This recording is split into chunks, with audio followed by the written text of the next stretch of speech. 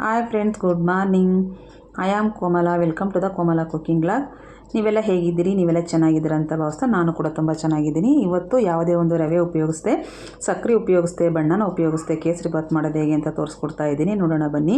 ತುಂಬ ಹೆಲ್ದಿಯಾಗಿರೋಂಥ ಕೇಸರಿ ಬಾತ್ ಇದು. ಇದನ್ನು ಹೇಗೆ ಮಾಡೋದು ಅಂತ ನೋಡೋಣ ಬನ್ನಿ. ಇಲ್ಲಿ ಫಸ್ಟು ನಾನು 5 ಥರದ ಸಿರಿಧಾನ್ಯಗಳನ್ನು ರವೆ ಮಾಡಿಸಿ ಇಟ್ಕೊಂಡಿದ್ದೆ. ಸಾಮೆ, ಊದಲು, ಕೊರಲೆ, ಹಾರ್ಕ, ನವಣೆ ಇಷ್ಟು ಥರದವನ್ನ ಚಿಕ್ಕ ರವೆ ಥರ ಮಾಡಿಸಿ ಇಟ್ಕೊಂಡಿದ್ದೆ. ಅದನ್ನು ಒಂದು ಬೌಲಷ್ಟು ತೊಗೊಂಡು ಈಗ ಬಾಣಲಿಗೆ ಹಾಕಿ ಹುರ್ಕೋತಾ ಇದ್ದೀನಿ. ಇದೊಂದು ಸ್ವಲ್ಪ ಕೆಂಪಗಾಗಿ ಘಮ ಬರಬೇಕು, ಅಲ್ಲಿವರೆಗೂ ಹುರ್ಕೊಬೇಕು. ಹುರ್ಕೊಂಡ ನಂತರ ಇದನ್ನು ಒಂದು 3 ಸತಿ ತೊಳ್ಕೊಬೇಕು. ತೊಳೆದಾದ ನಂತರ ಇದನ್ನು ಒಂದು ಹಾಫ್ ಆನ್ ಅವರ್ ನೆನೆಡಬೇಕು. ಯಾಕಂದರೆ ಇದು ಸಿರಿಧಾನ್ಯ ಬೇಗ ಬೇಯೋದಿಲ್ಲ, ಆಮೇಲೆ ಇದು ಹೀಟ್ ಜಾಸ್ತಿ ಇರುತ್ತೆ. ಅದಕ್ಕೋಸ್ಕರ ಇದನ್ನು ಒಂದು ಹಾಫ್ ಆನ್ ಅವರ್ ನೆನೆಸಬೇಕು. ಹಾಗಾಗಿ ನಾನು ಈಗ ಒಂದು ಹಾಫ್ ಆನ್ ಅವರ್ ನೆನೆಸಿಟ್ಟಿದ್ದೀನಿ. ಈ ಥರ ರವೆ ಮಾಡಿಸೋದ್ರಿಂದ ಬೇಗ ನೆನೆಯುತ್ತೆ, ಬೇಗ ಬೇಯುತ್ತೆ. ಹಾಗಾಗಿ ನಾನು ಇಲ್ಲಿಗ ತುಪ್ಪನ ತೊಗೋತಾ ಇದ್ದೀನಿ. 1 ಟೇಬಲ್ ಸ್ಪೂನಷ್ಟು ತುಪ್ಪನ ತಗೊಂಡು ಬಾಣಲಿಗೆ ಹಾಕೋತಾ ಇದ್ದೀನಿ. ಬಾಣಲಿನ ಸ್ಟವ್ ಮೇಲೆ ಇಟ್ಟು ತುಪ್ಪನ ಹಾಕೋತಾ ಇದ್ದೀನಿ. ಇದೇ ತುಪ್ಪಕ್ಕೆ ಈಗ ಡ್ರೈ ಫ್ರೂಟ್ಸ್ಗಳನ್ನು ಹಾಕೋತಾ ಇದ್ದೀನಿ. ನಿಮ್ಗೆ ಇಷ್ಟವಾದ ಡ್ರೈ ಫ್ರೂಟ್ಸ್ ಯಾವ್ದು ಬೇಕಾದ್ರೂ ಹಾಕೋಬೋದು. ಇಲ್ಲಿ ನಾನು ಗೋಡಂಬಿ, ದ್ರಾಕ್ಷಿ ಮತ್ತು ಪಂಪ್ಕಿನ್ ಸೀಡ್ಸನ್ನು ಹಾಕೋತಾ ಇದ್ದೀನಿ. ವಾಟರ್ ಮೆಲನ್ ಸೀಡ್ಸನ್ನು ಹಾಕೋತಾ ಇದ್ದೀನಿ. ಪಂಪ್ಕಿನ್ ಸೀಡ್ಸ್ ಇದ್ದರೆ ಹಾಕ್ಕೊಬೋದು, ಆಮೇಲೆ ಗೋಡಂಬಿ ಇದ್ದರೂ ಬಾದಾಮಿ ಇದ್ರೂ ಹಾಕ್ಕೊಬೋದು. ನಿಮಗೆ ಯಾವುದೇ ಸೀಡ್ಸ್ ಬೇಕಾದ್ರೂ ಹಾಕ್ಕೊಳ್ಳಿ, ಪಿಸ್ತಾ ಇದ್ರೂ ಹಾಕ್ಕೊಳ್ಳಿ. ನಾನು ಮನೇಲೇನಿತ್ತು ಅದನ್ನು ಹಾಕಿದ್ದೀನಿ. ಹಾಕಿ ಇದನ್ನು ತುಪ್ಪದಲ್ಲಿ ಸ್ವಲ್ಪ ಕೆಂಪಗಾಗೋವರೆಗೂ ಹುರ್ಕೊಬೇಕು. ಡ್ರೈ ಫ್ರೂಟ್ಸು ಯಾವ ಥರ ಡ್ರೈ ಫ್ರೂಟ್ಸ್ ಹಾಕಿದರೂ ಚೆನ್ನಾಗಿರುತ್ತೆ ಕೇಸರಿ ಬಾತಿಗೆ. ಹಾಗಾಗಿ ಈಗಿನೆಲ್ಲ ಚೆನ್ನಾಗಿ ಹುರ್ಕೊಂಡ ನಂತರ ಇದಕ್ಕೆ ನಾನು ನೀರನ್ನು ಸೇರಿಸ್ಕೊತಾ ಇದ್ದೀನಿ. ನಾನು 1 ಬೌಲು ರವೆಗೆ 6 ಬೌಲಷ್ಟು ನೀರನ್ನು ಸೇರಿಸ್ಕೊತಾ ಇದ್ದೀನಿ. ಯಾಕಂದರೆ ಅದು ಸಿರಿಧಾನ್ಯ ಜಾಸ್ತಿ ನೀರು ತಗೊಳ್ತದೆ ಬೇಯೋದಕ್ಕೆ. ಹಾಗಾಗಿ 1 ಬೌಲ್ ರವೆಗೆ 6 ಬೌಲು ನೀವು ಅಳತೆನ ತೊಗೊಬೇಕು. ಯಾವುದೇ ಮಾಡಿದರೂ ಆ ಥರ ಅಳತೆ ಜಾಸ್ತಿ ತೊಗೋಬೇಕು ನೀರನ್ನ. ಇದು ಚೆನ್ನಾಗಿ ಬೇಯಬೇಕು ಕೂಡ. ಹಾಗಾಗಿ ಈಗ ನಾನು ನೀರನ್ನು ಹಾಕಿ ಮರಳೋದಕ್ಕೆ ಇಟ್ಟಿದ್ದೀನಿ. ಈಗ ರವೆ ಕೂಡ ಚೆನ್ನಾಗಿ ನೆಂದಿದೆ, ಒಂದು ಹಾಫ್ ಆನ್ ಅವರ್ ಆಗಿದೆ. ಈಗ ಅದರಲ್ಲಿರೋ ನೀರೆಲ್ಲ ತೆಗೆದುಬಿಟ್ಟು ನಾನು ಇವಾಗ ಮರಳ್ತಾ ಇರೋಂಥ ನೀರಿಗೆ ರವೆನ ಸೇರಿಸ್ಕೊತಾ ಇದ್ದೀನಿ. ಸೇರಿಸ್ಕೊಂಡು ಇದನ್ನು ಚೆನ್ನಾಗಿ ಮಿಕ್ಸ್ ಮಾಡ್ಕೋಬೇಕು. ಇದನ್ನು ಸಣ್ಣ ಉರಿ ಇಟ್ಕೊಂಡು ಇದನ್ನು ಈ ಥರ ಮಿಕ್ಸ್ ಮಾಡ್ಕೊಬೇಕು. ಯಾಕಂದರೆ ಇದು ಬೇಗ ಗಟ್ಟಿಯಾಗಿ ಹೋಗ್ಬಿಡುತ್ತೆ ರವೆ ಇರೋದ್ರಿಂದ, ಆಮೇಲೆ ಬೇಯೋದಿಲ್ಲ. ಅದಕ್ಕೋಸ್ಕರ ನಿಧಾನ ಸಣ್ಣ ಉರಿನಲ್ಲಿ ನಾವು ಈ ಥರ ಕೈ ಬಿಡದೆ ತಿರುಗಿಸ್ತಾ ಇದ್ದರೆ ನಿಧಾನಕ್ಕೆ ಬೇಯ್ತದೆ. ಚೆನ್ನಾಗೇ ಬೇಯಬೇಕು ಇದು ಸಿರಿಧಾನ್ಯ, ಇಲ್ಲಾಂದರೆ ಜೀರ್ಣ ಆಗೋದಿಲ್ಲ.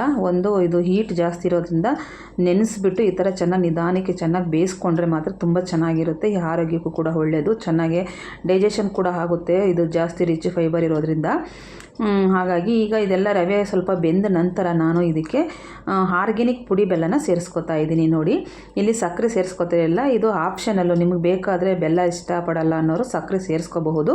ನಾನು ಎಲ್ಲದಕ್ಕೂ ನಮ್ಮ ಮನೇಲಿ ಆರ್ಗ್ಯಾನಿಕ್ ಪುಡಿ ಬೆಲ್ಲನ ಉಪಯೋಗಿಸೋದು. ಹಾಗಾಗಿ ಆರ್ಗ್ಯಾನಿಕ್ ಪುಡಿ ಬೆಲ್ಲನ ಸೇರಿಸ್ಕೊತಾ ಇದ್ದೀನಿ. ಸೇರಿಸ್ಕೊಂಡು ಇದಕ್ಕೆ ಮತ್ತೊಂದು ಸರಿ 1 ಟೇಬಲ್ ಸ್ಪೂನಷ್ಟು ತುಪ್ಪನ ಸೇರಿಸ್ಕೊತಾ ಇದ್ದೀನಿ. ಸೇರಿಸ್ಕೊಂಡೆಲ್ಲ ಚೆನ್ನಾಗಿ ಮಿಕ್ಸ್ ಮಾಡಿಕೊಂಡು ಇದನ್ನು ಸಣ್ಣೂರಿನಲ್ಲೇ ಇದನ್ನು ತಿರುಗಿಸ್ಕೊತಾ ಇರಬೇಕು. ಈ ಥರ ಕೈ ಬಿಡದಲ್ಲೇ ಇದೊಂದು ಸ್ವಲ್ಪ ಕೇಸರಿ ಬಾತ್ ಅದಕ್ಕೆ ಬರೋವರೆಗೂ ನಾವು ಇದನ್ನು ಮಿಕ್ಸ್ ಮಾಡ್ಕೊತಾ ಇರಬೇಕು. ಇದು ನಿಧಾನಕ್ಕೆ ಬೇಯುತ್ತೆ ಅಲ್ವಾ, ಹಾಗಾಗಿ ನಿಧಾನಕ್ಕೆ ಸ್ವಲ್ಪ ಗಟ್ಟಿ ಆಗುತ್ತೆ. ಕೈ ಬಿಡದಲ್ಲೇ ಈ ಥರ ಮಿಕ್ಸ್ ಮಾಡ್ಕೊಬೇಕು. ಮಿಕ್ಸ್ ಮಾಡಿಕೊಂಡು ಇದೊಂದು 10-15 ನಿಮಿಷ ಈ ಥರ ಮಿಕ್ಸ್ ಮಾಡ್ಕೊಳ್ಳೋದ್ರಿಂದ ಇದು ಸ್ವಲ್ಪ ಗಟ್ಟಿ ಆಗ್ತಾ ಬರುತ್ತೆ. ಸ್ವಲ್ಪ ಸೆಮಿ ಲಿಕ್ವಿಡ್ ಇದ್ದ ಹಾಗೇ ನಾವು ಸ್ಟವ್ನ ಆಫ್ ಮಾಡ್ಕೊಂಡ್ಬಿಟ್ರೆ ಸ್ವಲ್ಪ ತಣ್ಣಗಾದ ನಂತರ ಗಟ್ಟಿಯಾಗಿ ಹೋಗುತ್ತೆ. ಈಗ ಲಾಸ್ಟ್ಗೆ ನಾನು ಏಲಕ್ಕಿ ಪೌಡರನ್ನು ಸೇರಿಸ್ಕೊತಾ ಇದ್ದೀನಿ. ಸೇರಿಸ್ಕೊಂಡು ಮತ್ತೊಂದು ಸರಿ ತುಪ್ಪನ ಸೇರಿಸ್ಕೊಂಡು ಒಂದು ಸರಿ ಮಿಕ್ಸ್ ಮಾಡ್ಕೊಂಬಿಟ್ಟು ನಾನು ಸ್ಟವನ್ನು ಆಫ್ ಮಾಡ್ಕೊಂಬಿಡ್ತೀನಿ. ಆಫ್ ಮಾಡ್ಕೊಂಬಿಟ್ರೆ ನೋಡಿ ಕೇಸರಿ ಬಾತ್ ರೆಡಿಯಾಗಿ ಹೋಗುತ್ತೆ. ತುಂಬ ಚೆನ್ನಾಗಿರುತ್ತೆ. ನಾವು ಸಕ್ಕರೆ ರವೆ ಹಾಕಿ ಮಾಡಿರೋದಕ್ಕಿಂತಲೂ ಈ ಕೇಸರಿ ಬಾತ್ ಅಂತೂ ತುಂಬ ಟೇಸ್ಟಿಯಾಗಿರುತ್ತೆ, ತುಂಬ ಹೆಲ್ದಿ ಕೂಡ. ಇದು ಯಾರು ಬೇಕಾದ್ರೂ ತಿನ್ಬೋದು, ಶುಗರ್ ಇರೋರು ತಿನ್ಬೋದು, ನಾರ್ಮಲ್ಲು, ದೊಡ್ಡವರು, ಚಿಕ್ಕವರು ಎಲ್ಲರೂ ತಿನ್ಬೋದು.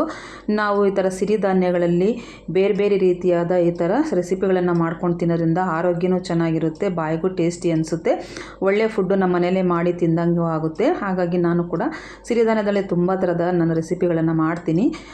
ಮೊನ್ನೆ ಬಿಸಿಬೇಳೆ ಬಾತ್ ರೆಸಿಪಿ ಕೂಡ ಹಾಕಿದ್ದೆ, ದೋಸೆ ರೆಸಿಪಿ ಹಾಕಿದ್ದೆ. ಇವತ್ತು ನಾನು ಇದನ್ನು ಕೇಸರಿ ಬಾತನ್ನು ಮಾಡಿ ತೋರಿಸಿದ್ದೀನಿ. ಇದ್ರ ಜೊತೆಗೆ ನಾನು ನೋಡಿ ಸಿರಿಧಾನ್ಯಗಳದ ಉಪ್ಪಿಟ್ಟು ಸಹ ಮಾಡಿದ್ದೀನಿ. ಅದು ರೆಸಿಪಿನ ಮತ್ತೊಂದು ಸರಿ ಹಾಕ್ತೀನಿ. ಅದ್ರ ರೆಸಿಪಿ ಮಾಡಿದ್ದೀನಿ. ನಾನು ಇವತ್ತು ಭಾನುವಾರ ಸಂಡೇ ಆಗಿರೋದ್ರಿಂದ ನಾನು ಎಲ್ಲರೂ ಮನೇಲಿರ್ತಾರಲ್ಲ ಅಂತೇಳ್ಬಿಟ್ಟು ಸಿರಿಧಾನ್ಯದಲ್ಲೇ ಉಪ್ಪಿಟ್ಟು ಸಿರಿಧಾನ್ಯದಲ್ಲೇ ಕೇಸರಿ ಭಾತನ್ನು ಮಾಡಿದ್ದೀನಿ. ಉಪ್ಪಿಟ್ಟು ಮಾಡಿ ರೆಸಿಪಿನ ಇನ್ನೊಂದು ದಿನ ಹಾಕ್ತೀನಿ. ತುಂಬ ಅಂದರೆ ತುಂಬ ಚೆನ್ನಾಗಿತ್ತು, ತುಂಬ ಆರೋಗ್ಯವಾಗೂ ಇರುತ್ತೆ. ನಿಮ್ಗೆ ಏನಾದರೂ ಈ ರೆಸಿಪಿ ಇಷ್ಟ ಆದರೆ ನೀವು ಕೂಡ ಒಂದು ಸತಿ ಆದರೂ ಮನೇಲಿ ಟ್ರೈ ಮಾಡಿ ನೋಡಿ, ನೀವು ಕೂಡ ಇಷ್ಟಪಡ್ಬೋದು ಇದನ್ನು. ನಿಮ್ಗೆ ಇಷ್ಟ ಆದರೆ ನಿಮ್ಮ ರೆಸಿಪಿನಲ್ಲಿ ಇದು ಒಂದು ರೆಸಿಪಿನ ಆ್ಯಡ್ ಮಾಡ್ಕೊಳ್ಳಿ. ಹಾಗೆಯೇ ನನ್ನ ಚಾನಲ್ಗೆ ಯಾರೆಲ್ಲ ಸಬ್ಸ್ಕ್ರೈಬ್ ಆಗದೆ ನೋಡ್ತಾ ಇದ್ದೀರೋ ಅವರೆಲ್ಲ ನನ್ನ ಚಾನಲ್ಗೆ ಸಬ್ಸ್ಕ್ರೈಬ್ ಆಗಿ ನನ್ನ ವೀಡಿಯೋಗಳಿಗೆ ಲೈಕ್ ಮಾಡಿ, ಶೇರ್ ಮಾಡಿ, ಸಪೋರ್ಟ್ ಮಾಡಿ ಅಂತ ಹೇಳ್ತಾ, ಒಳ್ಳೊಳ್ಳೆ ಆರೋಗ್ಯಕರವಾದ ಅಡುಗೆಗಳೇನಾದರೂ ಬೇಕು ಅಂದರೆ ನೀವು ನಮ್ಮ ಚಾನಲ್ನ ಫಾಲೋ ಮಾಡಿ ನಾನು ಮೊದಲೆಲ್ಲ ಹಾಕಿರೋ ವೀಡಿಯೋಗಳು ಸಹ ತುಂಬ ಹೆಲ್ದಿಯಾಗಿರೋಂಥ ವೀಡಿಯೋಗಳನ್ನು ಹಾಕಿದ್ದೀನಿ. ಒಂದ್ಸರಿ ನನ್ನ ಚಾನಲ್ನ ಚೆಕ್ ಮಾಡಿಬಿಟ್ಟು ನಿಮಗೇನಾದರೂ ಇಷ್ಟ ಆದರೆ ರೆಸಿಪಿಗಳನ್ನ ಮಾಡ್ಕೊಳ್ಳಿ. ಹಾಗೆ ನಿಮ್ಮ ಫ್ರೆಂಡ್ಸ್ ಆ್ಯಂಡ್ ರಿಲೇಟಿವ್ಸ್ಗೂ ಸಹ ರೆಸಿಪಿಗಳನ್ನು ಶೇರ್ ಮಾಡಿ. ಹಾಗೆ ಕಮೆಂಟ್ ಮಾಡಿ ಮತ್ತು ಲೈಕ್ ಮಾಡಿಬಿಟ್ಟು ಹೈಪ್ ಬಟನ್ ಬಂದಿದೆ, ಹೈಪ್ ಸಹ ಮಾಡಿ ನಮ್ಮ ಚಾನಲನ್ನು ಫಾಲೋ ಮಾಡ್ಕೊಳ್ಳಿ ಅಂತ ಹೇಳ್ತಾ, ಇಷ್ಟೊತ್ತು ವಿಡಿಯೋ ನೋಡಿದ ನಿಮಗೆಲ್ಲರಿಗೂ ಧನ್ಯವಾದಗಳನ್ನು ತಿಳಿಸ್ತಾ ಇದ್ದೀನಿ. ಹಾಗೆ ನಿಮಗೇನಾದರೂ ಯಾವುದಾದ್ರೂ ರೆಸಿಪಿ ಇಷ್ಟ ಆದರೆ ಅಥವಾ ರೆಸಿಪಿ ಬೇಕು ಅಂದರೆ ನನಗೆ ಕಮೆಂಟ್ ಬಾಕ್ಸಲ್ಲಿ ತಿಳಿಸಿದರೆ ನಾನು ಆ ರೆಸಿಪಿನ ಮಾಡಿ ನಿಮಗೆ ತೋರಿಸುವಂಥ ಪ್ರಯತ್ನ ಕೂಡ ಮಾಡ್ತೀನಿ. ಆದಷ್ಟು ನಾನು ಹೆಲ್ದಿಯಾಗಿರೋ ಅಡುಗೆಗಳನ್ನೇ ಮಾಡಿ ತೋರಿಸ್ತಾ ಇರ್ತೀನಿ. ಅದಕ್ಕೆ ನೀವು ನನ್ನ ಚಾನಲ್ನ ಫಾಲೋ ಮಾಡ್ಕೊಂಡು ನೋಡಿದರೆ ನೀವು ನಿಮಗೆ ಫಸ್ಟು ನಂದು ಒಂದು ವೀಡಿಯೋ ಹಾಕಿದ ತಕ್ಷಣ ನೋಟಿಫಿಕೇಷನ್ ಬರುತ್ತೆ. ಆಲ್ ಅಂತ ನೋಟಿಫಿಕೇಷನ್ ಸೆಲೆಕ್ಟ್ ಮಾಡ್ಕೊಳ್ಳಿ. ನಿಮಗೆ ನಾನು ಹಾಕಿದ ತಕ್ಷಣ ವೀಡಿಯೋ ನಿಮಗೆ ತಲುಪುತ್ತೆ. ಧನ್ಯವಾದಗಳು.